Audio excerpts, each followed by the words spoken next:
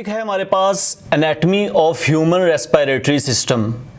ये टॉपिक पढ़ने से पहले आप लोगों को पता होना चाहिए कि एनाटॉमी क्या होती है। आपको टॉपिक का पता होना चाहिए कि what we are studying, why we are studying the anatomy of human respiratory system. आप लोगों ने चैप्टर 1 में पढ़ा हुआ है कि anatomy is the study of internal structure of living organisms. So इस टॉपिक में हमने ह्यूमन रेस्पिरेटरी सिस्टम यानी इंसान का जो सांस लेने का सिस्टम है उसकी एनाटॉमी, उसका इंटरनल स्ट्रक्चर सारा स्टडी करना है कि इंसान जो है वो किस तरीके से कौन कौन से ऑर्गन्स के थ्रू सांस लेता है। तो सबसे पहले हम आते हैं कि पार्ट्स कौन कौन से होते हैं, कौन कौन से पार्ट्स हैं जिनके थ्रू इंसान जो है वो सांस लेता है। Basically there are two parts of human respiratory system. There are two parts. एक पार्ट जो है वो है air passage ways, air passage ways. Air passage ways का मतलब है वो रास्ते जिनसे हवा ने गुजर के जाना है, वो रास्ते जिनसे हवा ने गुजर के जाना है उनको हम डिटेल में पढ़ते हैं। नेक्स्ट दूसरा पोर्शन है हमारे पास लंग्स, फेफड़े जो आपके हैं। So there are two portions of human respiratory system.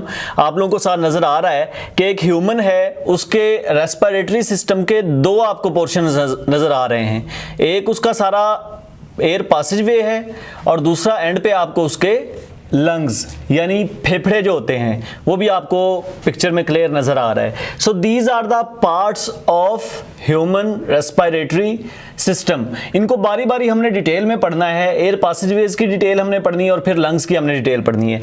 सबसे पहले आते हैं एयर पैसेजवेज की तरफ।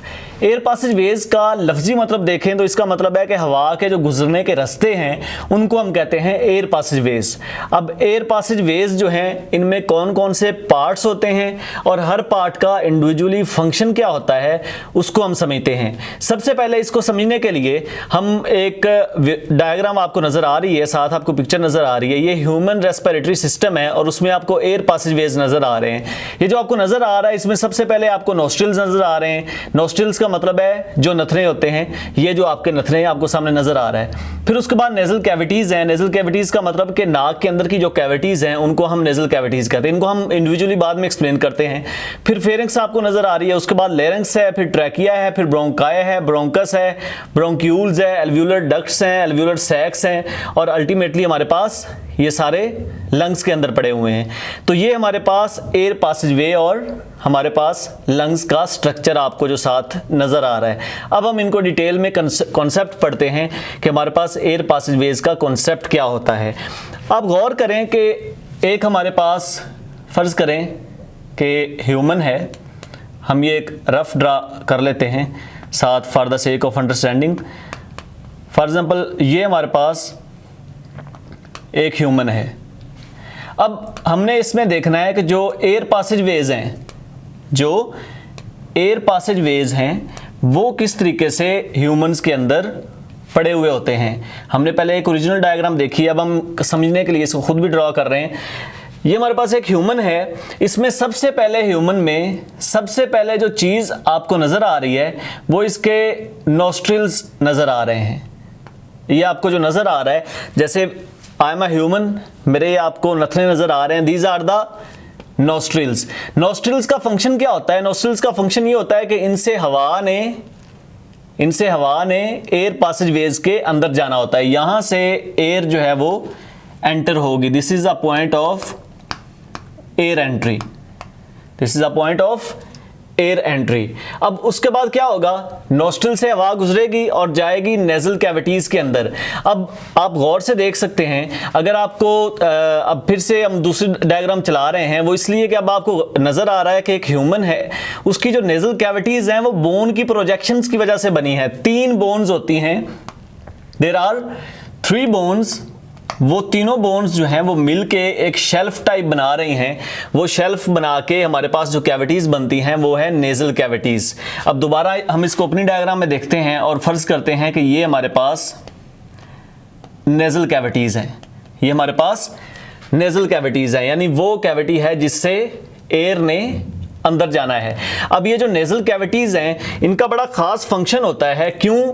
क्योंकि जो एयर हमारे पास जा रही है हमारे रेस्पिरेटरी सिस्टम के अंदर, आपको पता है कि हम जब भी सांस इनहेल कर रहे हैं उस सांस में डस्ट भी हो सकता है, उसमें पोलन्स भी हो सकते हैं, उसमें एलर्जेंस भी हो सकते हैं, उसमें डिफरेंट किस्म की धुआं भी हो सकता है, डिफरेंट किस्म की चीजें हो सकती हैं। अब ये एयर जो है इसको ये क्या ऐसे ही फेफड़ों के अंदर चली जाएगी? ऐसा नहीं होता। ये एयर जो है मुख्तलिफ प्रोसेसेस के जरिए साफ होके अंदर जाएगी और एयर जो है वो थोड़ी सी वार्म होके अंदर जाएगी। ये जो हमारे पास नोस्ट्रिल्स और नेजल कैविटीज हैं इनके अंदर सबसे पहले तो म्यूकस मेम्ब्रेन मौजूद होती है। यहाँ पे एक मेम्ब्रेन होती है, उस मेम्ब्रेन को हम कहते हैं म्यूकस मेम्ब्रेन। उस मेम्ब्रेन को हम क्या कहते हैं? Mucus membrane. उस मेम्ब्रेन को हम कहते हैं म्यूकस मेम्ब्रेन। म्यूकस मेम्ब्रेन जो है इसके ऊपर लगे होते हैं सीलिया। This is ciliated.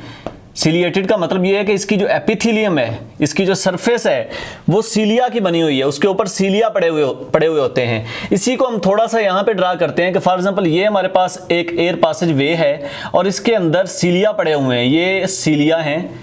असल में सीलिया का कॉन्सेप्ट समझें कि सीलिया कर क्या रहे हैं।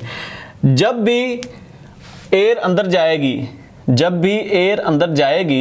यहाँ पे एयर अंदर जाएगी तो एयर के अंदर जाने से होगा क्या कि जो भी एयर के अंदर स्मोक होगा, डस्ट होगा, पार्टिकल्स होंगे, वो सारे के सारे इसके अंदर अटक जाएंगे, जिसकी वजह से एयर साफ हो जाएगी। फिर साथ ही साथ एयर जो है वो वार्म हो जाएगी, क्योंकि एयर को प्रेशर का सामना करना पड़ रहा है। एयर प्रॉपर हीट होके ऊपर की तरफ जा रही है। अब एयर वार्म हो रही है, एयर जो है वार्म हो रही है, मॉइस्ट हो रही है, क्लीन हो रही है। ये सारे का सारा काम कहां पे हो रहा है? नोस्ट्रिल्स और नेजल कैविटीज के अंदर। फिर उसके बाद ये नेजल कैविटीज से एयर अल्टीमेटली हमारे गले के अंदर आ जाती है। ये हमारा जो थ्रोट है, इसको यहां पे हम ये ड्रा कर रहे हैं कि ये हमारा थ्रोट है। This is throat. थ्रोट का जो साइंटिफिक नेम है वो है फेरेंक्स। थ्रोट को हम क्या कहते हैं? This is pharynx. तो एयर जो है वो फेरेंक्स के अंदर आ जाती है।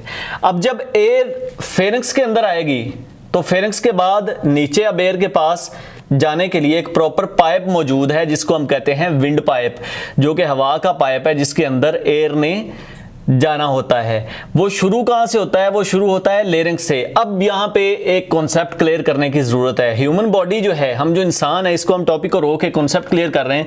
इंसानों के अंदर यहां पे गर्दन के अंदर, थ्रोट के अंदर बेसिकली दो पाइप्स मौजूद होते हैं। मैं अगर एक और यहां पे छोटी सी ड्राइंग करूं तो हमारे पास बेसिकली दो पाइप्स मौजूद होते हैं।